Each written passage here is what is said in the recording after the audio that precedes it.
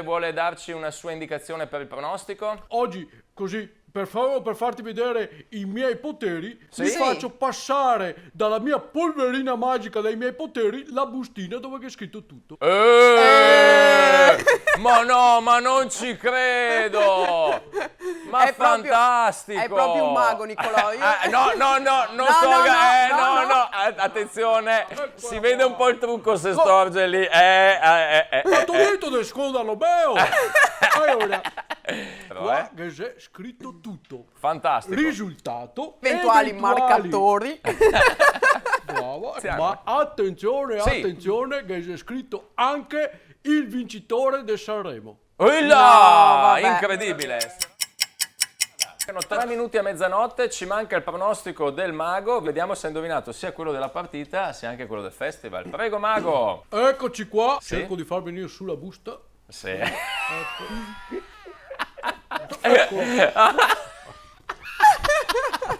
Allora, come vi ho detto, eccolo qua. Allora, Sì? Milan 1, Verona 0 Uilla! e ha segnato Jimenez. Quella Però- là, ha beccato anche proprio il marcatore. Esatto. Jimenez giusto anche, perché ha quello con la Infatti, gira. senza- Sì, ma è un mago incredibile. onesto. E? E t'ho guardato su Google.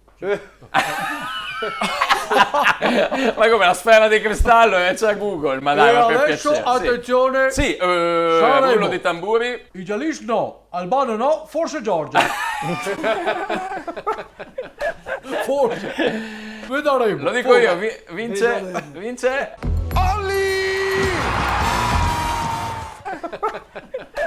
Forse. Vedremo. Sì, grazie a tutti voi che ci avete seguito fino a quest'ora. Io ti rubo solo una cosa perché mia figlia oggi ha vinto. Bravo, bravo. Una cosa è diventata campionessa provinciale. Non possiamo di purtroppo far pattinaggio vedere la artistico, foto. Non si può vedere la foto, però Essendo volevo minorenne fargli a i complimenti quest'ora, perché sì. ci Noi le teneva. facciamo, E quindi brava anche lei. Diciamo il nome però? Virginia. Virginia, brava Virginia. Permettetemi sì, di vedi dire com'è, anche a me una cosa.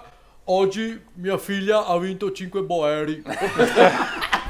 Ha tolto uno per la 25.